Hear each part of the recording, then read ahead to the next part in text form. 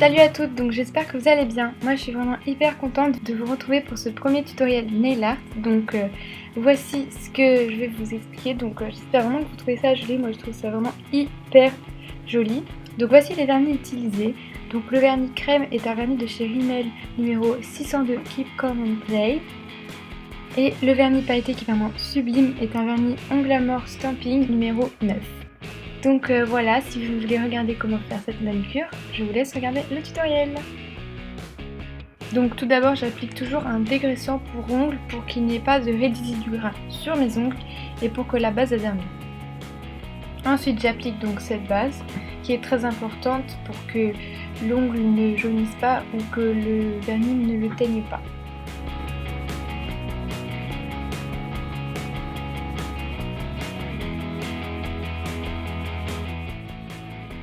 Une fois que ma base est sèche, je vais appliquer donc ma couleur de base qui est le vernis Rimmel 602 Keep Calm and Play.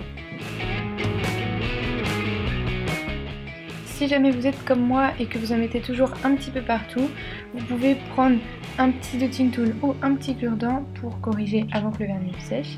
Et bien sûr, comme toujours, la deuxième couche pour plus d'opacité. Ensuite, vous allez prendre un petit support. Donc bon, là j'ai pris mon pot de dissolvant, mais vous pouvez prendre ce que vous voulez. Donc vous allez prendre un morceau de scotch que vous avez collé comme ceci. Donc comme support, vous pouvez prendre aussi un gros livre ou votre bureau. Et en fait, vous allez prendre donc des ciseaux. Et avec ces ciseaux, vous allez tout simplement couper le scotch perpendiculairement. Donc comme ceci, des petites bandes. Alors elles n'ont pas à être toutes identiques, la même longueur, la même largeur, c'est vraiment aléatoire, au hasard, et c'est ça qui sera joli. Alors si jamais, sans faire exprès, vous collez un peu une petite bande comme ici, surtout ne tirez pas par en bas, ne paniquez pas. Prenez juste le petit dotting tool ou le petit cure-dent et vous passez dessous là où c'est pas collé pour le soulever par en haut, et comme ça sera bien et ça n'arrachera rien. Donc ensuite vous allez juste continuer à couper jusqu'à ce que vous aimiez bien le résultat.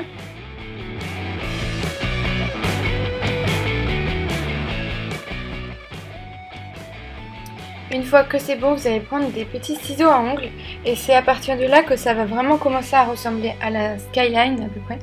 Parce qu'en fait les ciseaux à ongles sont courbés et donc du coup ça va couper plus en diagonale, ce sera pas droit et donc du coup c'est ça qui va donner cet effet assez particulier et vraiment très joli.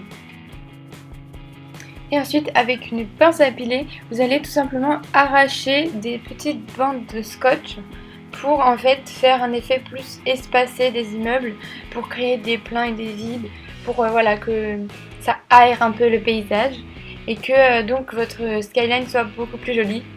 Et surtout quand vous commencez à avoir plein de bouts de scotch dans votre pince à épiler, enlevez-les parce que sinon vous n'allez pas pouvoir en reprendre d'autres.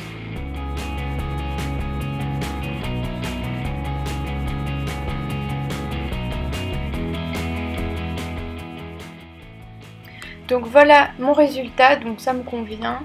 Il faut voilà, que ça ressemble à quelque chose comme ça. Ça peut paraître un peu bizarre, mais vous allez voir que ça va bien rendre. Donc vous allez l'enlever de votre support très doucement pour ne pas arracher les petits triangles. Et vous allez le coller et le décoller plusieurs fois sur votre peau pour enlever la colle qui est sous le scotch pour que ça n'arrache pas le vernis que vous avez appliqué précédemment.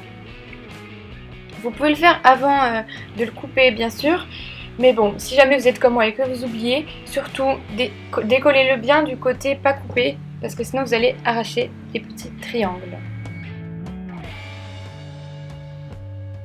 Ensuite, une fois que vous avez enlevé assez de colle, vous allez coller le petit bout de scotch sur votre ongle. Donc dans ce sens-là, vous allez avoir le bleu clair qui sera la couleur du ciel. Alors c'est très important de bien appuyer sur le scotch parce que ce sont des triangles très fins. Et donc le vernis peut risquer de passer dessous, donc appuyez bien.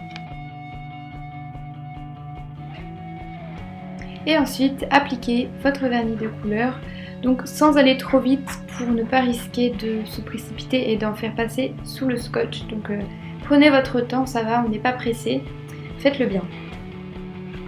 Et puis après, finalement, avant que ça sèche, vous allez prendre une pince à épiler et décoller votre petit sticker. Voilà, voilà.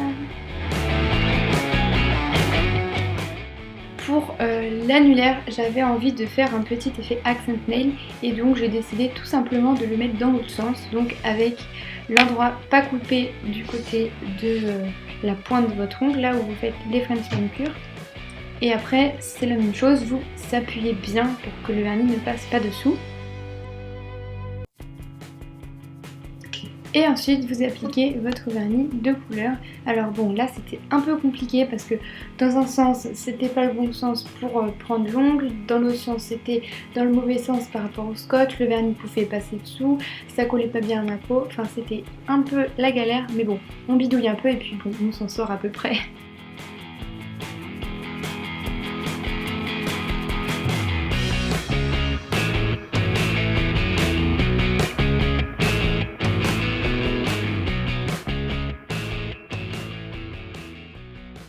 Et c'est très important, même si vous allez en mettre partout, faites bien les côtés parce que après ça va rendre bizarre, ce sera pas bien peint et puis bon, ça fera pas joli à la fin.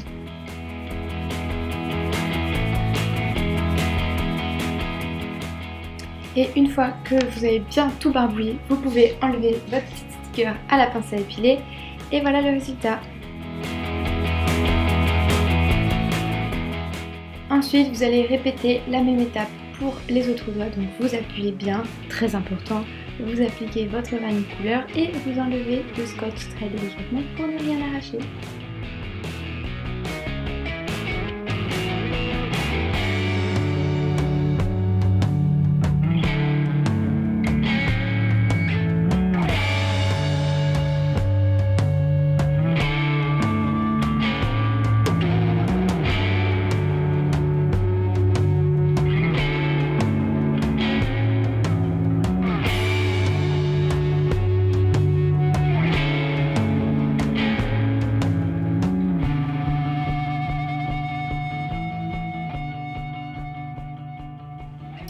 Voilà donc le résultat sur ma main gauche.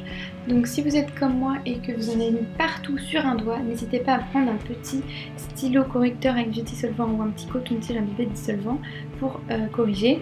Et je vous recommande de l'essuyer sur un petit sopalin pour éviter de colorier votre doigt de vernis après l'avoir enlevé.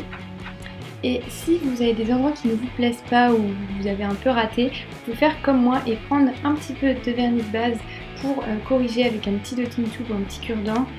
Et ce sera une vue inconnue. Donc voilà le résultat final. Donc c'est la fin du tutoriel. N'oubliez pas surtout d'appliquer votre top coat pour que ça tienne hyper longtemps et que ce soit hyper brillant. Honte à moi, je ne l'ai pas filmé, mais bon, c'est mon premier tutoriel. Il faut bien un début à tout. Donc c'est la fin, j'espère vraiment que ce petit nez là vous aura plu. Donc voilà, n'hésitez pas à me montrer si jamais vous refaites ce nez là, à me montrer vos photos, ça me fait vraiment hyper plaisir. Donc bisous à tous et à bientôt dans une prochaine vidéo. Bye.